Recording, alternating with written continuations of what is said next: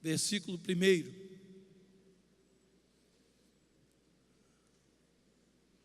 Segundo livro de Samuel, capítulo 7, versículo 1.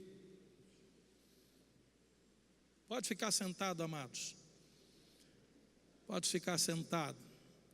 Mas acompanhe comigo a leitura de 2 Samuel 7, de 1 a 3, que diz assim: Sucedeu que, habitando o rei Davi em sua própria casa, tendo-lhe o Senhor dado descanso de todos os seus inimigos em redor, disse o rei ao profeta Natã: Olha, eu moro em casa de cedros, e a arca de Deus se acha numa tenda. Disse Natã ao rei: Vai e faze tudo quanto está no teu coração, porque o Senhor é contigo. Até aqui. Senhor nosso Deus, essa revelação através da tua palavra é simplesmente, ó Deus, o começo de coisas novas que tu queres fazer na nossa vida individualmente e na vida desta igreja. Por isso, como havia dito, ó Deus, a igreja, essas 5 noites seriam 5 palavras proféticas. E nessa noite, Pai, não será diferente, porque o Teu Espírito Santo quer falar aos nossos corações. E se você quer ouvir e obedecer à voz de Deus, diga amém. Louvado seja o nome do Senhor. Eu não sei, o que passa na cabeça de alguns dos nossos irmãos que valorizam muito um dia ou outro nessa semana do projeto de vida, mas que não valorizam outros dias, como por exemplo hoje, a sexta-feira, porque a palavra que nós vamos compartilhar nessa noite, seria bom, seria necessário que todos os irmãos pudessem ouvi-la, porque, como disse, é uma semana que a gente para ouvir a voz de Deus. Se você não sabe, a semana do projeto de vida é também uma semana do concerto com Deus, porque tem coisas que Deus quer fazer na nossa vida e simplesmente não faz, porque antes da bênção precisa haver o concerto. E essas palavras que são ministradas na semana do projeto de vida são palavras que apontam para a direção desse concerto que nós precisamos fazer com Deus. E eu fico muito triste e preocupado com esses irmãos que não estão aqui nessa noite e que não vão ouvir essa palavra tão importante e tão necessária. Davi estava num período da sua vida de tranquilidade. Você já ouviu, aquela expressão boi na sombra? Pois é, Davi nesse período estava com o boi dele na sombra. Ele estava com a sua parte mais difícil do seu ministério, do seu reinado, concluída, porque ele pelejou, guerreou com inimigos que viviam ao redor de Israel. E o texto diz que nesse momento havia descanso dado a Deus, a Davi, em relação aos inimigos que o rodeavam. Ele estava vivendo um período de descanso da sua vida como rei em relação às guerras que ele travou em toda a sua caminhada como homem de Deus, que começou lá guardando as ovelhas do seu pai, que começou matando um leão e matando um urso, depois veio o gigante, depois Davi se tornou um matador de gigantes e um grande herói de guerra. Mas agora Davi não vivia mais assim. E ele, na sua casa, ele chama o profeta Natã e faz um questionamento ao profeta Natã. Ele disse: não é justo que eu esteja habitando numa casa feita de cedro, e que o meu Deus, a arca do Senhor, que representava a presença de Deus em Israel, habite numa tenda. Não está justo isso, não é dessa maneira que deve ser. Se eu habito numa casa bem preparada, feita de cedro, preparada para aguentar os temporais, os ventos, as tempestades do deserto que aconteciam naquela região, muito mais deve estar o meu Deus, a arca do Senhor, numa casa também estruturada. Nós sabemos, queridos, que o desejo de Deus não é habitar em casas construídas por mãos humanas. Isso está claro na palavra de Deus, inclusive na palavra que Estevão deu antes da sua morte, sendo ele, usando como referência o profeta Isaías, no capítulo 66, versículo 1, Estevão lembrou que era desejo de Deus não habitar em casas feitas por mãos de homens, mas que ele tinha desejo de habitar no coração do homem. Assim diz o Senhor: o céu é o meu trono, e a terra o estrado dos meus pés. Que casa me edificareis vós? E qual é o lugar do meu repouso? Se Deus criou o universo, e se a terra é o estrado dos pés de Deus, que casa nós iremos erguer que tenha condição de comportar dentro dela o Senhor dos senhores, o Rei dos reis, o Criador do universo? Certamente não haveria casa que pudesse conter a presença de Deus. Mas a questão é que tipo de morada nós temos oferecido para o nosso Deus. Porque o Evangelho de João capítulo 14, versículo 23, diz: se alguém me ama, guardará a minha palavra, e o meu Pai o amará, e nós viremos para ele e faremos nele morada. Palavras do Senhor Jesus: quem me ama, guarda a minha palavra. E se guardar a minha palavra, eu e o Pai viremos para ele e faremos nele morada. Ou seja, começa lá no Antigo Testamento com o desejo de Davi de construir uma casa para Deus, um templo. Esse templo foi construído depois dessa palavra que Deus deu a Davi para falar com Natã. Deus deu uma palavra ao profeta Natã para que falasse com Davi. Quando o profeta Natã chegou em sua casa e começou a meditar sobre aquilo que Davi lhe havia dito, Deus fala ao coração dele: não será Davi que vai construir essa casa, mas o seu descendente, Salomão, porque as mãos de Davi estavam sujas de sangue.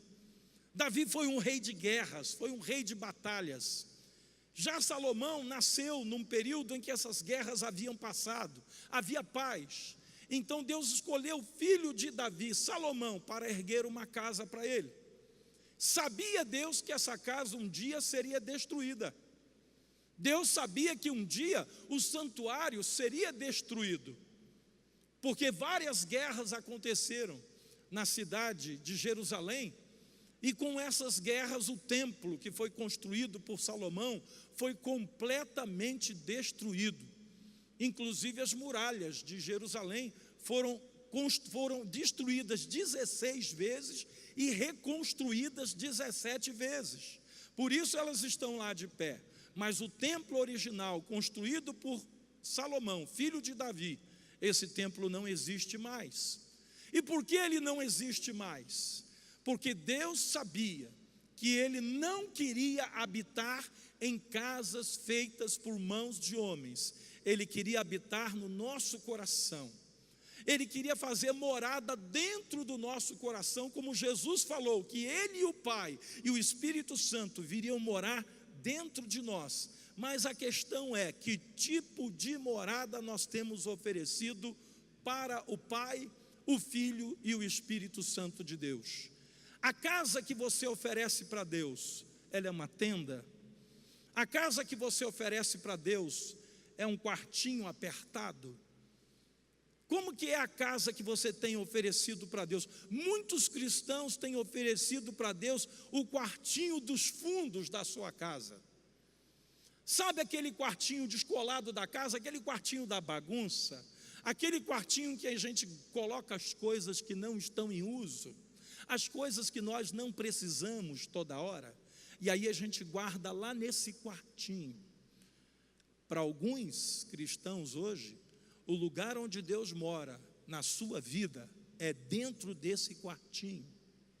E de vez em quando precisam de alguma coisa, quando tem uma necessidade, aí lembra que lá dentro do quartinho tem um Deus, que lá dentro do quartinho tem lá um Deus guardado. Correm lá no quartinho e clamam a Deus para resolver a sua questão. Muitos cristãos têm oferecido esse quartinho. Agora você entende por que o desejo de Davi falou profundamente ao coração de Deus? Porque Davi estava bem, irmãos, Davi estava muito bem, tranquilo, sem guerras, quando ele lembrou da casa do seu Deus. Em primeiro lugar, isso foi um desejo voluntário. Você sabe que Deus ama quem tem esse voluntariado? Tem gente que só faz alguma coisa para Deus se tocado, né, por alguém, né? Tem que ser quase colocado na frente e sair atrás empurrando, para ver se esse irmão, essa irmã faz alguma coisa para Deus. Mas tem aquela pessoa que tem um espírito voluntário, aquela pessoa que não precisa ninguém falar, ninguém dar ideia, ninguém mandar, ele vê a necessidade e ele sente o desejo de suprir aquela necessidade. E Deus também sentiu o toque no coração através da atitude de Davi, porque surgiu quando Davi estava naquela fase do muito bem, obrigado. Como é que você está? Muito bem, obrigado. Pois a maioria das pessoas nessa situação costumam esquecer que Deus existe, mas Davi não esqueceu. Eu tenho visto cristãos que quando chegam numa fase mais tranquila da sua vida, ao invés de estreitar a sua relação com Deus, ao invés de sentir desejo de se aproximar de Deus, é justamente o período que esse crente se afasta de Deus, da igreja, da família de Deus, dos irmãos, da palavra de Deus, porque agora ele está muito bem, obrigado. Quando alguém pergunta, irmão, como é que você está? Muito bem, obrigado. Eu estou bem longe de Deus, bem fora da igreja, bem longe da palavra de Deus. Eu estou bem mal e eu não sei que eu estou assim. No livro de Apocalipse, no capítulo 3, a palavra de Deus diz: eis que estou à porta e bato. Se alguém ouvir a minha voz e abrir a porta, eu entrarei em sua casa e cearei com ele e ele comigo. Mas tem aquele que diz: não preciso de coisa alguma, estou rico e abastado e não preciso de nada. E a revelação dada por Jesus a João no Apocalipse diz: não sabes tu que és infeliz, sim, pobre, miserável, cego e nu. Há muitos cristãos hoje vivendo nessa situação. E o convite de Deus, irmãos, é que nós tenhamos no nosso coração uma casa espaçosa, uma casa bem preparada, uma casa que seja para a glória de Deus. Nós não podemos reservar para Deus, queridos, um lugar dentro de um templo construído por mãos humanas. Tem cristãos que só se lembram de Deus quando procuram ouvir a sua voz quando estão participando de um culto como esse. Como se aqui neste lugar, entre essas paredes, não, aqui é o lugar santo. Aqui é o lugar onde Deus habita. Eu quero dizer para você que quando nós saímos desse lugar, e esse lugar fica completamente vazio, Deus não tem a menor vontade de habitar aqui. Quando nós saímos desse lugar e voltamos para a nossa casa, ou para o nosso trabalho no dia seguinte, os nossos afazeres. Deus não tem prazer em habitar aqui, Ele quer habitar aqui, dentro do seu coração, e sair com você pelas portas da igreja, e andar com os seus pés, e apalpar com as suas mãos, e olhar com os seus olhos, e falar através da sua boca, e ser um instrumento de bênção através da sua vida. Mas alguns cristãos ainda trazem uma certa, atração pelo lugar físico do templo. Amados, tudo isso que nós estamos fazendo aqui, a construção do templo, a necessidade de acabá-lo, para que a gente tenha janelas, possa colocar um ar-condicionado, é para que a gente tenha conforto no período que a gente vai passar aqui. Esse som, né, que agora está com eco, é porque as paredes e o teto não foram tratados. Quando colocar o rebaixamento, quando colocar os carpetes nas paredes, no chão, esse som vai melhorar, esse eco vai diminuir, vai ficar mais agradável para você ouvir a palavra de Deus. Quando esse lugar tiver ar-condicionado, irmãos, não importa se é verão ou se é inverno, aqui dentro vai ser uma temperatura agradável. Mas isso não significa que Deus habita melhor porque tem parede tratada, teto tratado, chão tratado, ou porque ao invés de você estar sentado numa cadeira de plástico, você estará sentado numa poltrona. Isso tem a ver apenas com o nosso conforto. E à medida que o conforto aumenta, você tem mais condição de prestar atenção na palavra, porque o calor não vai te incomodar, o som não vai te incomodar. E é para isso que a gente tenta fazer o melhor, né, neste lugar. Mas eu quero dizer que a casa que Deus habita não é este lugar, é o teu coração. E que tipo de casa você está preparando para Deus? Muitas vezes, queridos, quando nós procuramos, né, esse lugar, é sempre para pedir alguma coisa. Quando nós nos reunimos aqui, Senhor, me dá isso, Senhor, faz aquilo, Senhor, me livra disso, Senhor, realiza isso, Senhor, me dá um milagre, Senhor, me dá uma bênção. Aí eu pergunto a você, seria esse o relacionamento que você gostaria de ter com seus filhos? Onde eles só se aproximam de você porque tem alguma coisa para pedir? Pai, mãe, me dá isso, me dá isso, me dá aquilo outro, me dá. Você como pai, como mãe, não quer esse tipo de relacionamento com seus filhos. Pois é justamente o relacionamento entre pais e filhos que a palavra de Deus diz que Ele quer ter conosco. Eu quero ser para vocês como pai, e eu quero tê-los como filhos e filhas. Um relacionamento de amizade, um relacionamento de aproximação, um relacionamento de intimidade. Nossos filhos na nossa casa, eles não precisam de autorização para abrir a porta, para ligar, né, a televisão, para ir no quarto, para abrir a porta da geladeira, da despensa.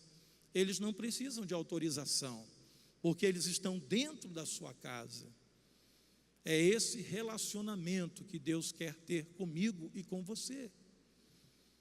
Não um relacionamento de me dá isso, me dá aquilo, não precisa me dar, porque o me dá já é fato consumado. Ele é nosso Pai, e Ele sabe de cada uma das nossas necessidades. Antes mesmo que a palavra chegue na nossa boca, o Senhor já a conhece toda. Por isso, esse relacionamento de Deus com Davi foi registrado na palavra de Deus, porque brotou no coração de Davi um desejo de que o seu Deus tivesse uma casa especial. Davi queria dar uma morada especial para Deus. Naqueles dias, Davi ainda não podia entender todo o processo que estaria acontecendo através da vinda do Senhor Jesus. Todo o processo de salvação, Davi ainda não entendia. Naqueles dias, Deus habitava através da arca no meio do povo de Israel. Por isso Davi queria colocar essa arca num lugar mais adequado, num lugar mais lindo, num lugar mais preparado. Agora, ao contrário de Satanás, né? Deus, ele só habita num lugar aonde ele é bem recebido. Satanás não é assim. Satanás é ladrão, é salteador, arromba a porta e arromba a janela, pula muro, invade casa. Nosso Deus não, ele habita no lugar aonde ele é convidado para habitar. Se você convidar a Deus e oferecer a Ele o melhor espaço do teu coração, é ali que Deus vai habitar. Mas se você colocar Deus dentro de um quartinho, você vai limitar a ação do poder de Deus na sua vida. Não adianta, queridos, nós tentarmos fazer de conta que recebemos bem a Deus. Você sabe quando você recebe uma visita na sua casa, e você faz as honras da casa, né? E você diz assim: querido, querida, fique à vontade, essa casa é sua, né? Você está na sua casa. O que você está querendo dizer quando você fala isso? Que a pessoa se sinta bem ali onde ela está, que ela não se sinta apenas uma visitante, mas que ela faça parte daquele lugar. Embora sabendo nós que muitas vezes essa palavra é apenas uma questão de educação. A casa não é dela, ela não pode ficar totalmente à vontade. E por mais que você diga que ela possa abrir a porta da geladeira e pegar o que quiser, por educação, essa pessoa também não vai fazer isso. Porque ela entende que esse tratamento é apenas uma questão de educação social. Por isso, quando nós nos relacionamos com Deus, nós não podemos fazer de conta. Se você diz para Deus que a sua vida pertence a Ele, verdadeiramente a sua vida precisa pertencer a Ele. Se você diz para Deus que a tua casa serve ao Senhor, a tua casa tem que servir ao Senhor. Não é uma questão de educação, não é uma questão de fazer uma média com Deus. Não, irmão, não funciona. Até porque Deus conhece o nosso coração. Não adianta nós tentarmos fazer um agrado, né, quando costumamos fazer as visitas da nossa casa, porque Deus conhece o desejo do nosso coração, se verdadeiramente é aquilo que você sente. Por isso o apóstolo Paulo, no seu relacionamento com Deus, ele chegou ao ponto de dizer: agora já não sou eu mais quem vive, mas é Cristo que vive em mim. E esse viver que eu tenho, embora sendo ainda na carne, eu vivo pela fé no Filho de Deus, que me amou e se entregou por mim. Amados, é esse o relacionamento que Deus quer ter conosco. Agora já não sou eu mais quem vive, mas Cristo vive em mim. Que neste ano de 2019, queridos, nós possamos construir para o nosso Deus um lugar de inestimável valor, um lugar de qualidade dentro do nosso coração. Não esse templo aqui, irmãos. Esse eu já expliquei a você, nós vamos construí-lo, porque ele nos dará condição de reunir aqui o povo de Deus. E se chover, não vai vir chuva do teto, nem vai entrar pela janela. E se pudermos ter conforto acústico, vai ficar melhor para o que ouvimos aqui dentro. Se tivermos conforto de temperatura, vai facilitar estarmos aqui dentro. Mas não é esse o templo que Deus quer. Que nesse ano de 2019, nesse ano que nós estamos proclamando a nossa unidade, essa unidade precisa acontecer nesse sentido e precisa acontecer nesse sentido. Eu vejo uma infinidade de coisas que Deus quer e pode fazer no nosso meio nesse ano de 2019. Eu olho para o ano de 2019 e vejo um ano de possibilidades.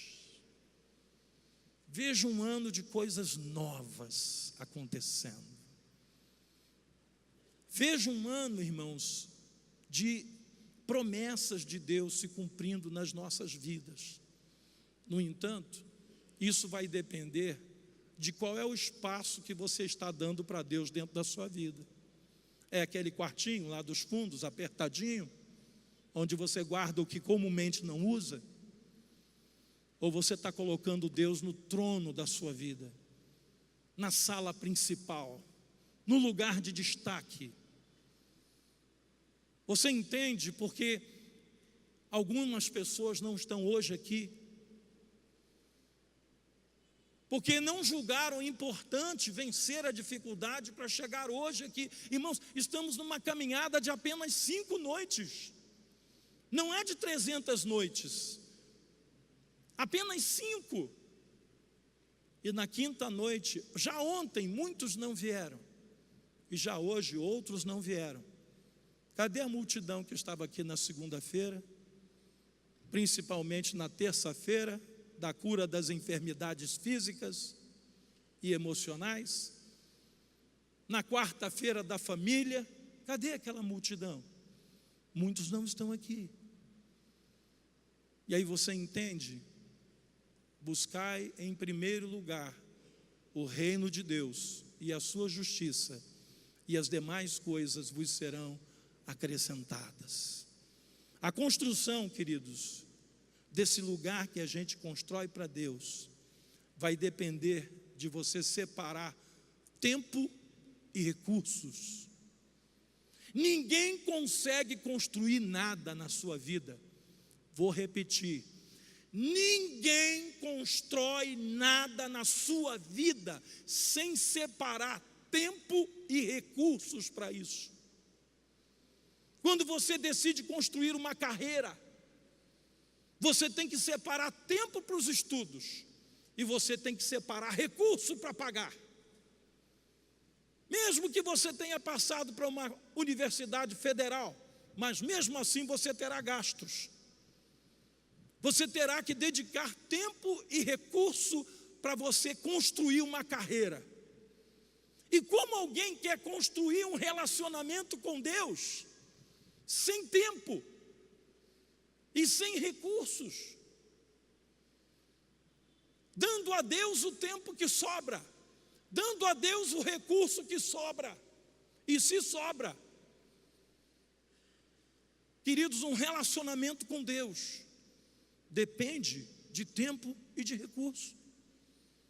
Quando Davi ouviu de Natã que ele não construiria a casa de Deus, mas sim o seu filho, Davi poderia ter ficado triste e dito para Natã: então quer saber? Eu não vou cuidar de mais nada, deixa que o meu filho cuide de tudo, porque já que é ele que vai construir, o problema não é meu, o problema é do meu filho. Você sabe que a gente tem essa mania de passar a bola para o outro, de passar a responsabilidade para o outro? Davi não fez isso, mesmo sabendo que ele não iria construir aquele templo, mas sim o seu filho. Davi começou a separar todos os materiais para o templo. Ele começou a comprar madeira em grande quantidade. Ele plantou floresta. Davi plantou uma floresta para tirar de lá os cedros que ele ia construir a casa de Deus. Davi começou a preparar profissionais, pedreiros, ferreiros, fundidores, carpinteiros. Davi começou a preparar profissionais especializados para construir o templo. Quando Salomão começou a obra, ele tinha já todos os materiais em estoque e ele tinha todos os profissionais preparados para a construção daquele templo. Mas hoje, os crentes querem construir um relacionamento com Deus, botando Deus numa casinha dos fundos. E não, Senhor, o Senhor vai me desculpar, mas eu não tenho tempo. Eu não tenho tempo. O Senhor vai me desculpar, mas os dons que tu me deste eu não posso usar porque eu não tenho tempo. A minha vida é muito atarefada. Irmãos, em todo o tempo que Davi enfrentou gigantes, enfrentou exércitos, Em todo o tempo que Davi foi perseguido por Saul, porque queria matá-lo, Davi nunca deixou de cultuar a Deus, nunca deixou de buscar a Deus, nunca deixou de compor salmos, nunca deixou de adorar a Deus, até no dia em que ele perdeu o seu filho, que ele recebeu a notícia que o menino estava morto. Ele se vestiu, ele tomou um banho, ele se vestiu com uma roupa nova, ele se alimentou e entrou no templo para adorar a Deus. Como que nós vamos construir um relacionamento com Deus, irmãos, se não somos capazes de superar apenas 5 noites juntos? Se não somos capazes de perseverar 5 noites, uma parte persevera e a outra não persevera. Que relacionamento nós vamos construir com Deus? Essa construção ela só pode ser feita com o que temos de melhor e com as primícias. Davi, quando preparou a casa de Deus, ele preparou o melhor: cedro, ouro, ferro, bronze, pedras preciosas, linho puro, cortina pesada de púrpura, fios de ouro bordavam essa cortina. Você sabe o que significa isso? O melhor, cuidado, carinho, zelo. Mas quando a gente vai construir alguma coisa para Deus hoje, um relacionamento com Deus, é na base do: Senhor, segura aí, é o que eu tenho, é minha sobra. E ai de tu, se tu não me abençoares. Porque se tu não me abençoares, vai ficar pior para ti, porque eu vou te deixar. Eu volto para o mundo e faço beicinho. E fico triste, e fico nervoso. Que relacionamento é esse, irmão? Qual é a nossa relação com Deus? Como será a nossa relação com Deus no ano de 2019? Qual é o templo que nós estamos construindo para Ele? A construção desse lugar só poderá ser possível com o melhor, com as nossas primícias. E a construção deste lugar não poderá ser feita solitariamente. Escuta uma coisa que eu vou te dizer, grava isso na sua mente, imprime isso no teu coração. Se você quer construir alguma coisa na sua vida para Deus, e você pretende fazer algo de valor, algo grande, aprenda isso: nunca você vai conseguir fazer alguma coisa grande para Deus sozinho, como um lobo solitário. Esquece. Quando Davi colocou no coração o desejo de construir um templo, ele sabia que não ia poder fazer sozinho. Por isso ele convidou os pedreiros, os carpinteiros, os ferreiros, os engenheiros da época, os trabalhadores. Ele convidou muita gente para fazer isso. Eu vejo crentes hoje que quer construir um relacionamento com Deus solo, só ele e Deus. Cuidado com algumas canções que estão sendo cantadas aí, e em parte eu concordo e em outras partes eu não concordo. Essa história de só eu e Deus e mais ninguém, cuidado com isso. Cuidado com isso.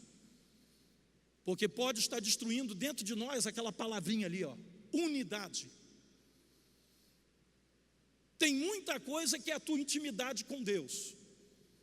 É aquele momento de você entrar no quarto, fechar a porta do teu quarto e falar com o teu Deus que te vê em secreto e te responderá também em secreto. Mas tirando essa parte, todas as outras é na base da unidade. Se vamos fazer alguma coisa grande para Deus, será juntos. A construção desse templo, o desenvolvimento de uma igreja aqui em Culubandê, ao longo de 24 anos, vamos fazer agora em março, só foi possível porque o povo de Deus se uniu. O povo de Deus se uniu desde lá daquele templo calorento, lá daquele galpão, 50 graus no verão. O povo de Deus se reuniu, irmãos, não sai da minha cabeça.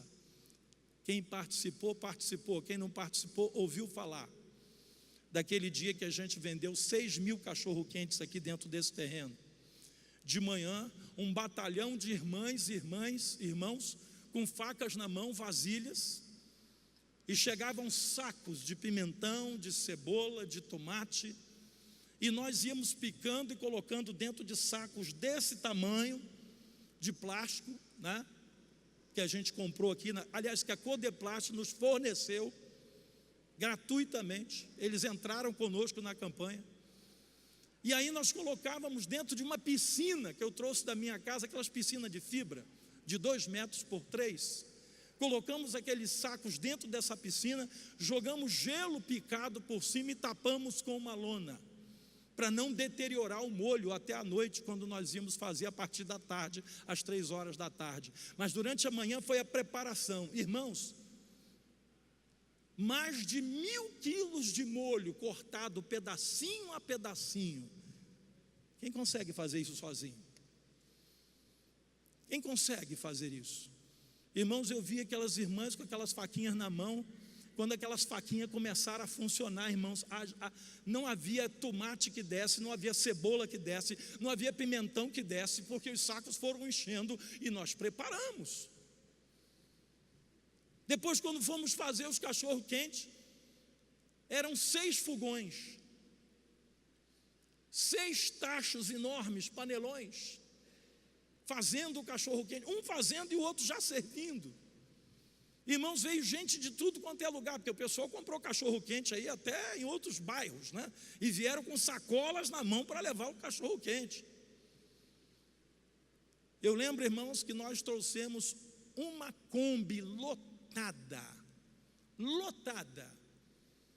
quase 1.000 quilos de salsicha. Já viu um cachorro-quente com quase 1.000 quilos de salsicha, irmãos? E 3 padarias funcionaram durante alguns dias para preparar todo o pão que foi usado, porque 6.000 cachorro-quentes, irmãos, é pão que não acaba mais. Quando eu lembro dessas coisas, eu lembro que isso foi feito em unidade. Eu lembro que o amor dos irmãos tornou isso uma realidade. Eu lembro que os casais naquele dia, além do cachorro-quente, eles ainda tiveram a ideia de fazer um churrasquinho. Aí nós inventamos uma chapa, que eu não sei onde foi parar essa chapa, mas está por aí. Uma chapa de 1 metro por 1,5 metros, que a gente colocava em cima de um fogão industrial de 6 bocas. Acendia as 6 bocas e botava os churrasquinhos todos ali, 100 e tantos churrasquinhos de uma vez só, porque era muita gente para comer churrasquinho e não ia dar para fazer numa churrasqueirinha. E além dos 6.000 cachorro-quentes, eles venderam mais de 2.000 espetos de churrasco naquele dia. Aí você entende como é que nasceram as sapatas desse prédio? Se você vai querer fazer um lugar para Deus no teu coração, esse lugar vai demandar tempo e recurso. Um lugar para Deus dentro do nosso coração que não demanda tempo nem recurso é o quartinho dos fundos, o quartinho da bugiganga. Mas se você vai fazer um lugar nobre, espaçoso, adequado a Deus dentro do teu coração, você vai ter que gastar tempo e você vai ter que dispor de recursos, porque como diz o ditado popular, tempo é dinheiro. Dinheiro é tempo, tempo é dinheiro, as duas coisas. Mas eu vejo pessoas hoje querendo servir a Deus e preparar um lugar para Deus só com as sobras. Eu não sei se você já tentou construir alguma coisa na tua casa com sobras, mas não dá para construir mais do que uma casinha de cachorro. Você sabe aquela sobra do azulejo, né, do revestimento de parede, que você botou lá no canil, para poder dar uma limpeza, passar um pano lá, não deixar aquilo ficar sujo, jogar uma água? Você pegou o resto do piso que sobrou lá da tua cozinha, do teu quarto, e foi lá naquele lugarzinho do canil e botou no chão. Você pegou o resto do revestimento de parede da tua cozinha e botou lá no canil. Com o resto a gente constrói essas coisas. Agora para Deus, não dá para ser resto não, irmãos. Se você tivesse a notícia de que na semana que vem, o presidente da nossa nação, que é um homem muito simples, ele já provou isso, mas mesmo na sua simplicidade, se ele mandasse uma notícia que ele ia na tua casa comer uma janta, um almoço ou um cachorro quente que seja, eu tenho certeza que você ia dar um faxinão na tua casa. Eu tenho certeza que você ia comprar a melhor linguiça ou salsicha que existe para fazer um cachorro quente. Você ia numa padaria muito boa encomendar um pão especial. Não, é o presidente que vai na minha casa, eu não posso oferecer qualquer coisa. Se para um homem, por causa da sua honraria, nós queremos oferecer o melhor, quanto mais para o nosso Deus. Por isso eu convido os irmãos a entender essa palavra profética. Entenda o que Davi fez. O desejo ardente. Eu não posso morar numa casa de cedro e deixar o meu Deus habitando numa tenda. Isso está me incomodando. Isso incomode você. Que a casa que você vai preparar para Deus dentro do teu coração seja a casa do reino de Deus em primeiro lugar, seja a casa das primícias, seja a casa do Rei dos Reis. Levantai, ó portas, as vossas cabeças, para que entre o Rei da Glória. Se você quer que o Rei da Glória entre na tua casa, não construa uma portinha dessa altura, porque aí você vai obrigar a Deus a se curvar diante de você para entrar na sua casa. Construa com porta alta. A porta de entrada da igreja lá, irmãos, tem quase 3 metros de altura, porque a porta é adequada ao tamanho desse lugar. E a porta que você vai construir para Deus entrar no teu coração seja adequada para que Deus possa entrar por essa porta. Não faça Deus entrar por uma fresta. Não faça Deus entrar por uma portinha. Portinha a gente bota na casa do cachorro. Fresta a gente faz quando constrói um galinheiro. Veja lá o que você está construindo para Deus dentro do seu coração. E esse ano seja um ano em que nós vamos nos unir para fazer coisas grandes para o nosso Deus. Você está entendendo a palavra profética que Deus está nos entregando nessa noite? Entenda isso, é para a tua vida, é para a tua casa, é para a tua família, é para os teus negócios, é para tudo que Deus significa para você. Ele é o Rei dos Reis, Ele é o Senhor dos Senhores. A Ele toda a honra, a Ele tudo na nossa vida, a Ele toda a glória, a Ele todo o louvor. Vamos nos colocar de pé.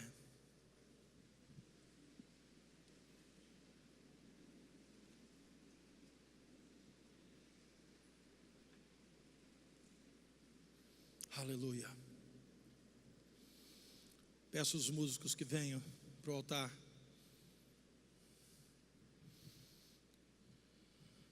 Ampliar, crescer, realizar, não para homens, mas para Deus, uma construção que vai além dessas paredes aqui, porque um dia tudo isso vai perecer, mas a obra que Deus está fazendo na minha e na sua vida vai conosco para a eternidade. Essa obra não vai parar.